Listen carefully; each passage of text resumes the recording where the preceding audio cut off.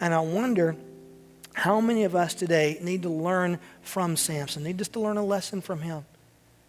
Maybe you're here today and you're struggling with self-control. And you can look at your life and you can see, just like Samson, it is costing you time after time after time after time.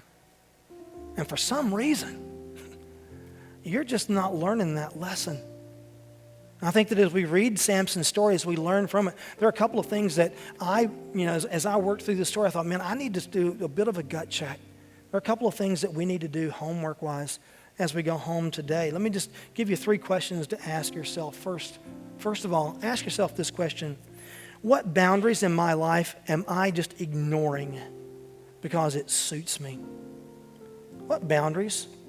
Maybe it was something that you were raised with, just like what Samson, that was his story, right? He was raised to live a very particular way. His life, there had a lot of boundaries in it. He chose to set every single one of them aside. He's going to blow by them one after the other, just because it suited him. You may be in a similar place today.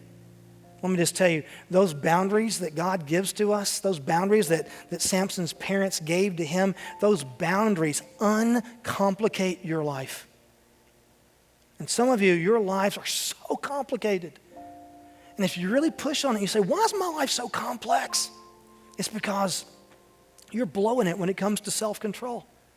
And you've got these boundaries that your parents and your church, and so they've been trying to give to you, they've been trying to help you invest in, and you are blowing by them like they don't matter, like gravity doesn't apply to you. And because of it, your life is incredibly complex. So just ask yourself, what boundaries in my life am I ignoring because I think it suits me?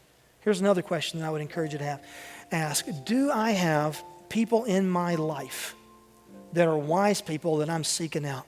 I'm hearing from wise people. This goes right back to where we were just a few weeks ago. We did our sermon series. We're in the book of Proverbs. Many of y'all may remember that. And we talked about how important it is to be in a relationship with wisdom, not in a relationship with foolishness. And a big piece of being in a relationship with wisdom rather than foolishness is having wise people around you. Imagine where Samson would have ended up if he had just said to himself, sometimes my decision making is not the best. I need some good, wise people around me that can help me see and think straight. Imagine how differently his story would have ended. Do you have those people in your life, and are you quick to listen to them? And then one more. Just ask yourself today, just a real gut check moment.